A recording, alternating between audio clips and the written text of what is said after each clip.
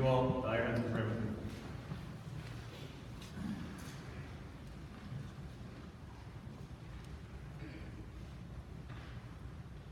Almighty God, we pray this morning that you would help us to not congratulate ourselves for having Brian and Dewayne with us.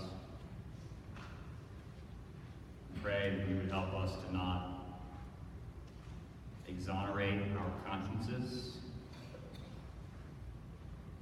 We pray instead, Lord, that your Spirit would fall upon us as it did Amos, and that you would make us a people who are at dis-ease with the world that we have helped create, and help us to be agents of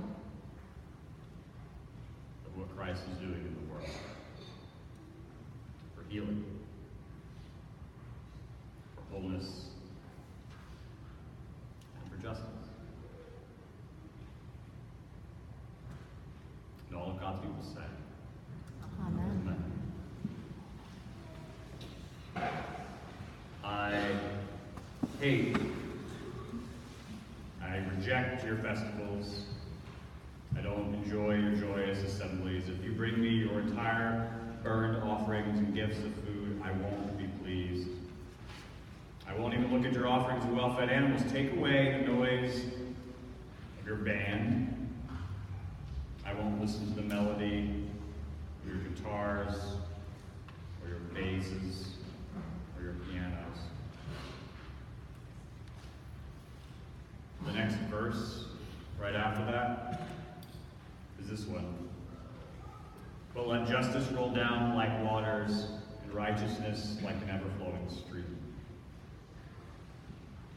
So, the verse that Martin Luther King made famous in his I Have a Dream speech on the National Mall, that verse about justice rolling down like waters, that verse comes at the end of 5 long chapters of Amos voicing God's anger and God's wrath at the wailing of the poor in Israel's community, at captives who have been cast aside unjustly. So Martin Luther King knew that those in his church-going audience would know that that verse about justice rolling down like waters, it wasn't a happy or an easy dream. It was a dream that comes at the end of this long passage about God's wrath. Earlier this fall, I was sitting with Dewayne for about 45 minutes, just talking with him as we waited for a presentation that he and Brian were going to do to a group of law students to begin. And a long time ago, I served as a prison chaplain. I worked on death row and met with prisoners in solitary confinement. Like Brian, I have a really good BS radar, which is why you can't control me. I have a really good BS radar. My first takeaway from interacting with Dewayne was that I had a hard time fathoming how anyone could fathom that he did what he was accused of. And my second takeaway from talking with Dewayne, was how overwhelmed I was by his sense of forgiveness. Forgiveness against all of the wrong and injustice that has been done to him by lawyers, by a system that's supposed to be colorblind. I was amazed by all of that injustice while we sat in a room where law students are trained into the supposedly impartial justice system. So I was overwhelmed by how he's forgiven what's been done to him. But as a Christian, I'm not allowed to forgive what's been done to me. And you're not allowed to forgive what's been done to you. And if any of us, in our comfort, tell Dewayne that he should just forgive and forget, like he'd be justified in kicking us in the teeth. And because Christianity isn't just about forgiveness, it's about justice. It's about God putting to right what is so obviously and abundantly wrong. That cross on the wall is a symbol. That things are wrong in the world. And the way that God takes care of it is by becoming flesh in Jesus Christ. And on the cross, God pours out his wrath towards sin with a capital S and all the powers and principalities that put Jesus there. God pours his wrath out on them to defeat them. So forgiveness is appropriate in our own lives, but to impose it on someone else is wrong. Instead, what I want you all to feel, listening to Brian and Dewayne in a minute, is to feel outraged, to feel angry and wrathful like Amos. Because I challenge you that when you hear their story, you'll realize that an idea like God's wrath in the Old Testament that sometimes disturbs us is actually the outworking of God's love. Because a God who isn't outraged by what happened to him isn't a God that's worth being worshipped. So the outrage you hear from the prophet Amos is good news. Because it tells us that the outrage we feel is mirrored in the heart of God. So that's what I want you to take away. Brian, you want to come up? Would you all welcome Brian?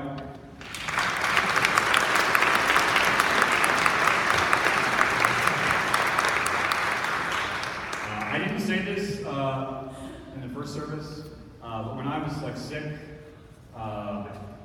it was a low point too last year. That was terrible. So Brian took me to one of my chemo infusions, and I was simultaneously throwing up and passing out. And I have no memory of this whatsoever. And he caught me, and he was wiping my mouth and my face. And apparently, as I slipped into unconsciousness, I said, "I would never do this for you." Totally true. So that's my introduction that this isn't a unique reflection of Brian's character. That he is someone who does what he's supposed to do. That was a fun day. So Brian, you were here a couple of years ago talking about your story, Dewayne's story. So let's assume that not everyone knows it, and kind of give everyone a little encapsulated version of it. So first of all, happy Father's Day to everyone here. I know a lot of you. This is my service, so these are my people. A lot of them really good, solid friends who I love dearly are here. Scott Mears, Carl Forney, Scott Sutton, Jim O'Farrell. A lot of you guys, Bobby Heiser, I don't want to leave you out. I still love you if I don't say your name, trust me. Adam Temple, I love you guys. I'm so thankful for the support you've given me over the last couple of years on this case, because I know I've talked about it a lot. Special shout out to my family who's here, Anna and the kids, my neighbor Abigail, and the first judge that I worked for right out of law school, Judge Micheli is right there. She is a trailblazer herself. She was the first African-American woman judge on the trial court in Maryland, and is now on the Court of Appeals of Maryland. So Judge, I'm so glad you're here.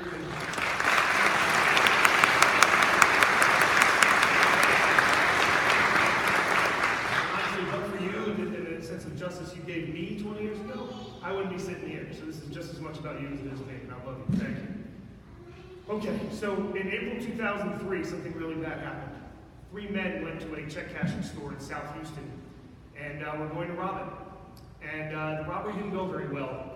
And a police officer responded to the scene, Officer Charles Clark, a decorated 20-year veteran, and a woman, Alfredia Jones, who was working at the store at the time. They were both murdered, tragically, senselessly. I say prayers for their families. They did not need to die. In October of 2005, something equally tragic happened. An innocent man, Dewayne Brown, who's sitting right there, was convicted and sentenced to death for the murder of Officer Clark. Now, while that was happening, I was a public defender in Brooklyn, New York, learning how to be a lawyer.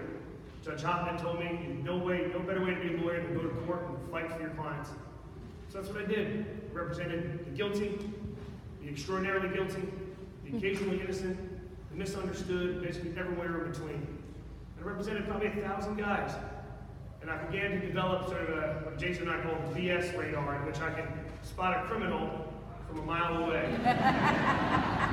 Love that joke myself. I'm so tired. Everybody laughs though. I say it.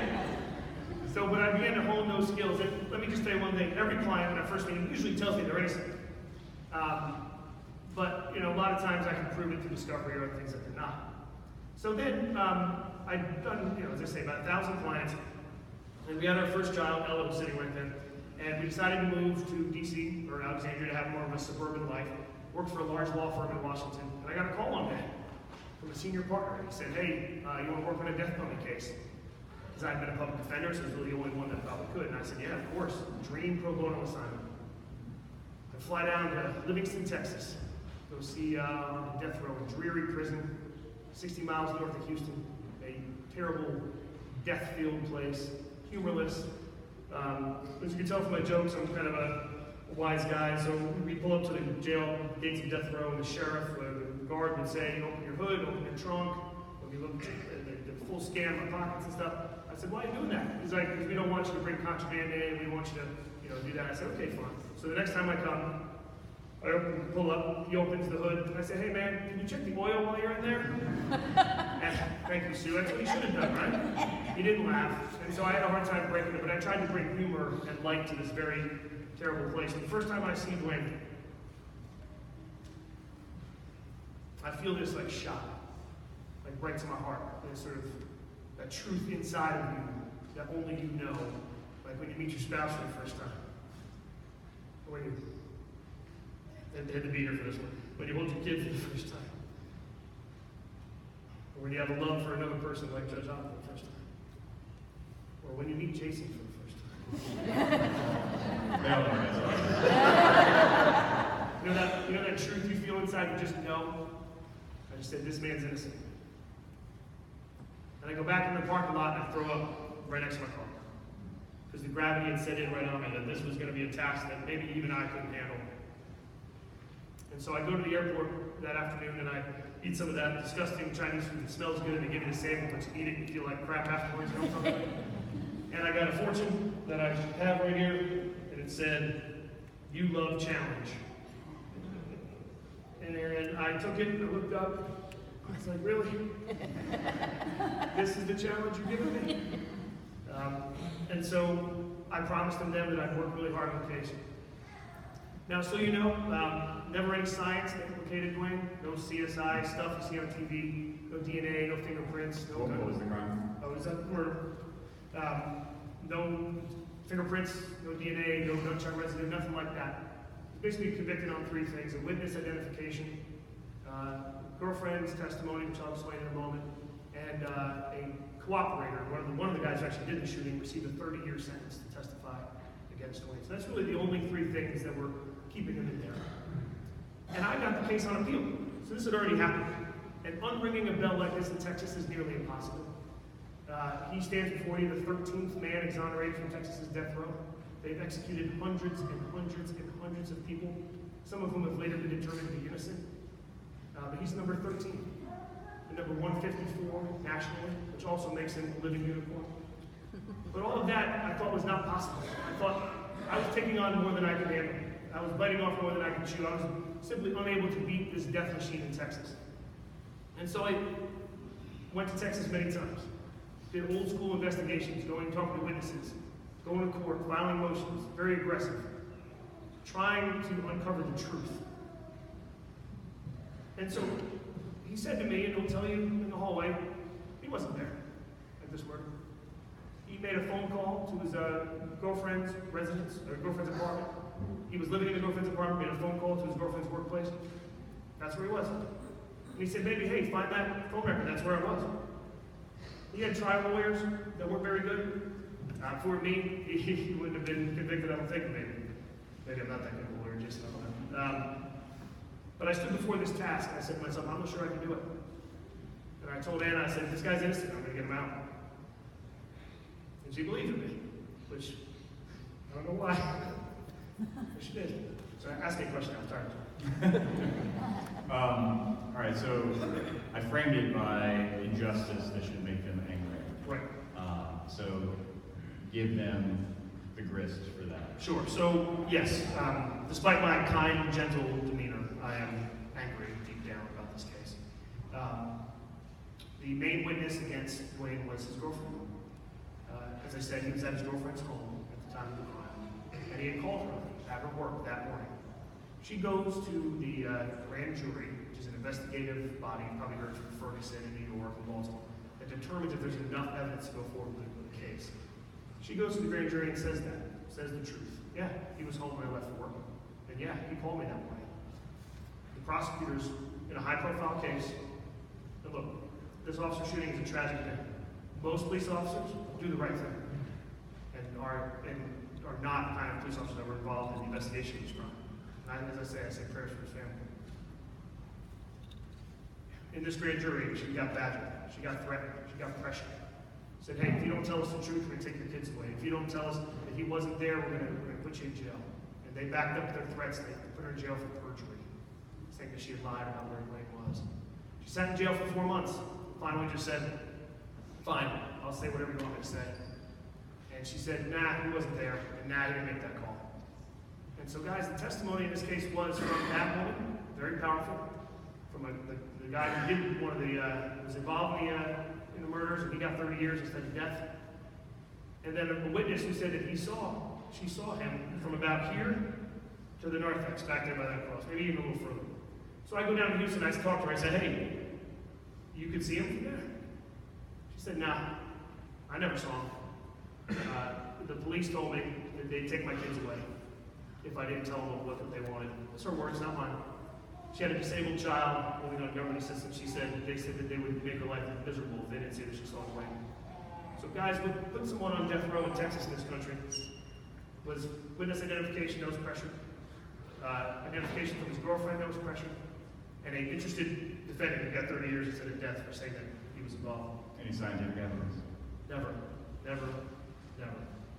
Prosecutor knew this. They offered him a complete deal. I've pled out hundreds, if not thousands of people in my life. Judge Hopkins probably taken hundreds of pleas in her life. She knows. The plea in this case on a capital murder trial in Houston was 40 years. In Texas, you do half that. You could have been out in 20.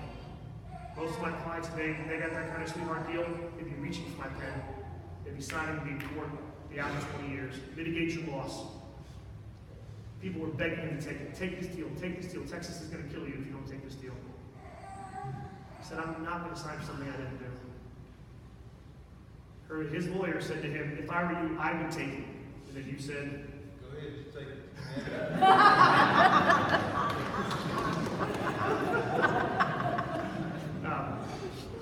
And that shows you guys where he's innocent.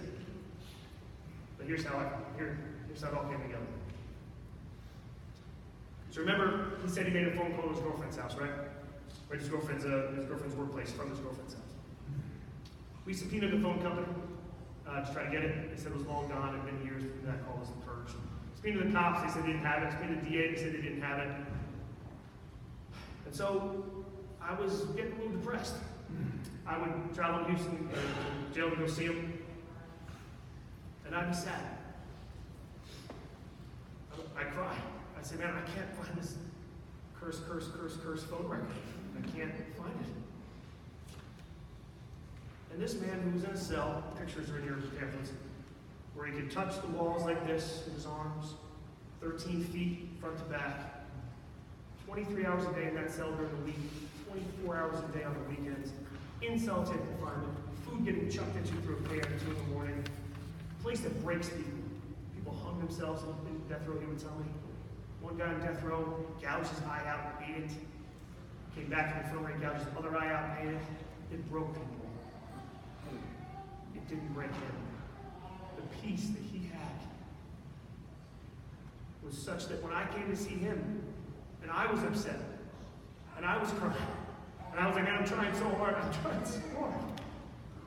say, it's okay. I believe in you. The truth will come out. So the man in solitary gives me the peace to go forward. And then this guy gets cancer. I think your timeline's messed up. No, it's not. You got cancer, he's in prison, my life is just like absolutely terrible. And then we get an email from the prosecutor. Well, actually, I'll back up a second. Before I got that email, I went down to Texas. And I said, here's all the reasons why my dad's innocent. All the evidence, all the things we have covered. years of investigations, going down to places, affidavits, recantations, the whole deal. I thought we had a great set of facts. Prosecutor says to me this, she says, I say to her, he's an innocent man standing before you. She said, all you Yankee lawyers and fancy law firms come down here and say these guys are innocent. This is Texas, we know better, good luck. And this will not be a surprise to Scott and Carl probably, but I didn't take that very kindly. And I summoned my sort of inner Arnold Schwarzenegger and I said, you don't know me, but I'll be back. Apparently I said, you said I'll be back to a prosecutor, but I did. And not that long after that, we get an email from the prosecutor saying that the homicide detective in charge of the case had recently found a box of documents on the Brown case in his personal garage. And I said, okay, why don't you send them? And you know what was in that box? Sue knows because she's been there a couple times. It was just there on accident, right? Talk to me after. This piece of paper, guys. Phone record. This phone record showed that Dewayne Brown was where he was, where he said he was, where he told me he was, and where I told everybody he was, at home. One piece of paper. I love this piece of paper. It is my favorite piece of paper, aside from maybe my marriage certificate, because my wife is here, I just said that. And the birth certificate mentioned. I do say that I don't know why we got this. Hand of God, I think I have to say that here, don't I? I believe it was. Dumb luck, I don't know. Whatever it was, it's here. We called the DA after we get this. We said, hey, remember that I'll be back thing? How about this? And to her credit, she agreed to a new trial. And when I spoke with you 2 years ago, I was still kind of waiting for what was going to happen. And June 8th, last year, and I say June 8th is after the date of my wedding, birth of my 3 kids, the 1986 Mets. His release on June 8th of last year was the greatest day of my life. He got out, and what he said on the courthouse steps was beautiful. He said, there's no hate in my heart for what they did to me. I'm just going to go live my life. And so his peace rubs off on me. In fact, when we do these speeches, and he says, "Calm down, it's okay." I'm okay. And he is all right. And I love him. And my family loves him. You know, he's here. We did some speeches this week. I want to make sure we shared our story with you here. And I said, hey, you're going to be in town. Let's have a party. I'll buy you a steak. I'll buy you seafood. I'll buy you whatever you want for your anniversary. Your 1-year anniversary is a great thing. He said, no, I'm okay. Let's just do something a little more low-key. You think Anna can make me gumbo? And she took a day off last Friday and she made seafood gumbo. And it's really good. How was it? Was it all right? Yes, it was. There's still some left over if you want to come over after this. Dwayne, can you come up? Would you welcome him?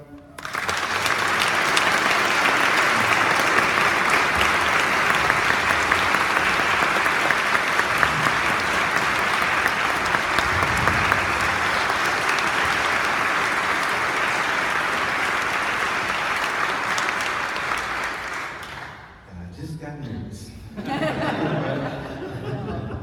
All right, so Dwayne, when we talked the last time, one of the questions I asked you was how long it took you to trust him. 3 years. Why? God, he's one of those boys that just sent me to death row. Not knowing that he was a good guy, but I see why he's a good guy. And I got him.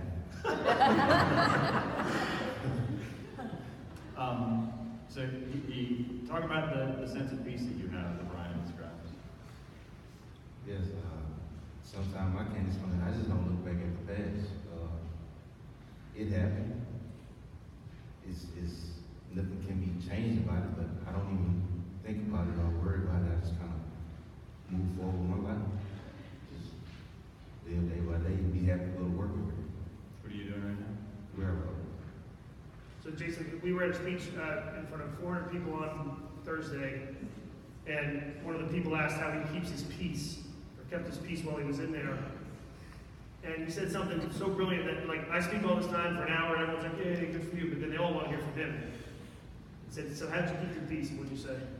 My body was locked up, but my mind wasn't, so I was constantly not worried about where I was at or what I was doing. I was just, my body was there, but I was just basically thinking about how to teach myself how to read, how to draw, how keep myself busy doing yoga, stuff that in that nature, but I wasn't trying to do anything negative to anybody. And we have a yoga class here if you'd like to.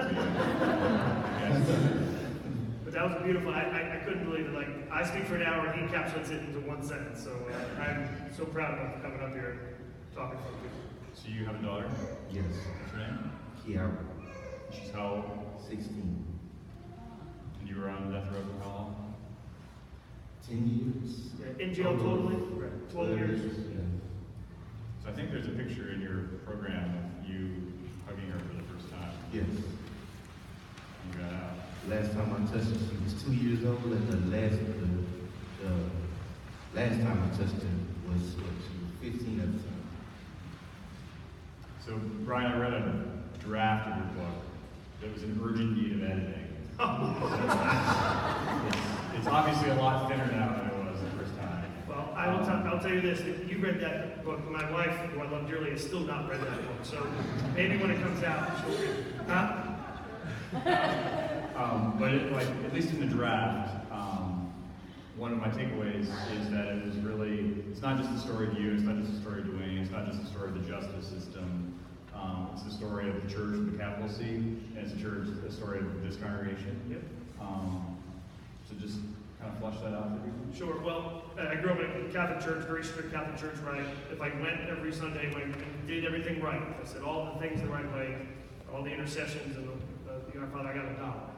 So I really wanted that $1 because a can of root beer cost $1. And so I was focused. But I didn't realize at the time, and now that was shaping me, informing me as I was going every Sunday.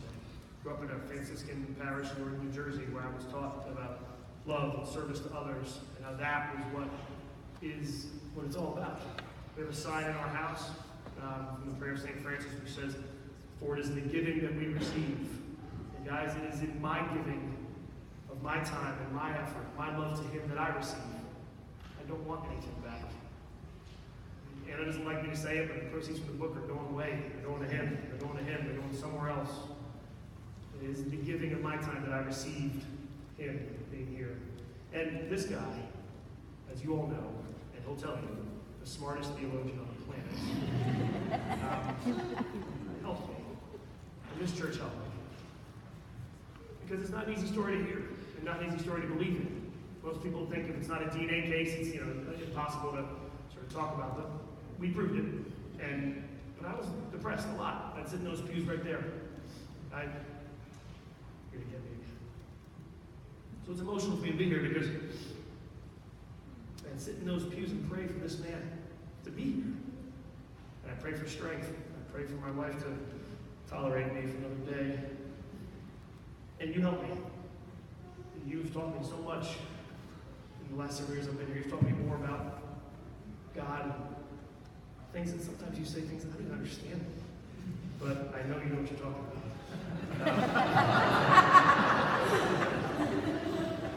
So, yeah, shaped by that, but really became who I am in the church because of you. So I thank you. And I'm so glad that the cancer's gone. Because I wasn't fishing for compliments. So like last month or so, we were trying to raise money for this building, and I really wanted you guys here then, because what I wanted to be able to show people was what we do in here isn't just about praying, isn't just about singing, isn't just about preaching. It's about forming our character so that when someone like you comes into our life, we can respond just out of habit because we've been shaped in that direction.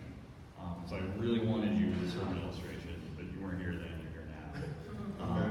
But it's good too because 2 years ago, it was Father's Day, when Brian was up here with me, and he had the phone record, so we knew that you were innocent. But Brian thought that the state of Texas was simply going to retry you. And so after the sermon, we prayed for you, and for your family and your daughter, and for your release. Now here it's Father's Day 2 years later, and you're here.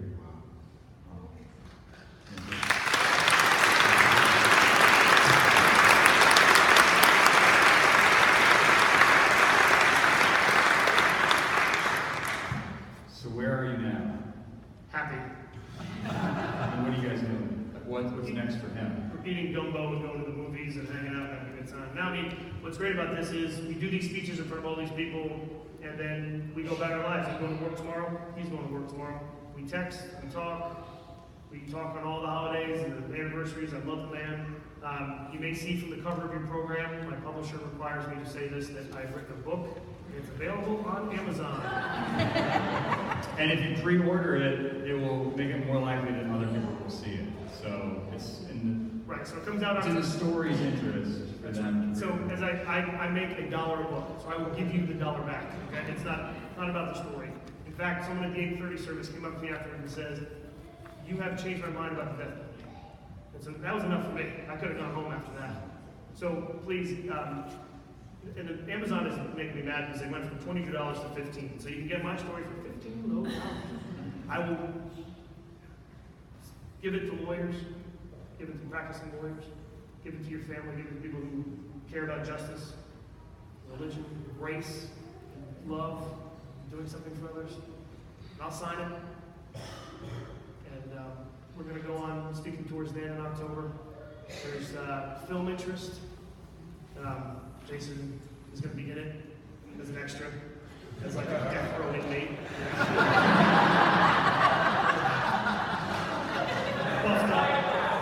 Buffed up with tattoos, I got you this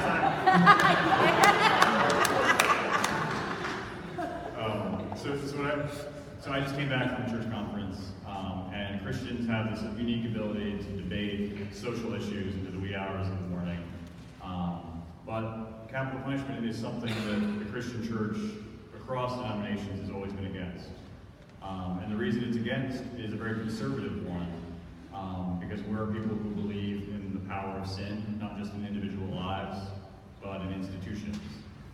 And so we know that no institution can ever absolutely get something correct. And that means that a final sort of punishment for we worship a guy who's falsely accused of crying out, so a final sort of punishment is something that Christians can't abide. So really, I want you to leave here grateful, but also afflicted that Dewayne is not the only one in Dewayne's story. There are others like him out there.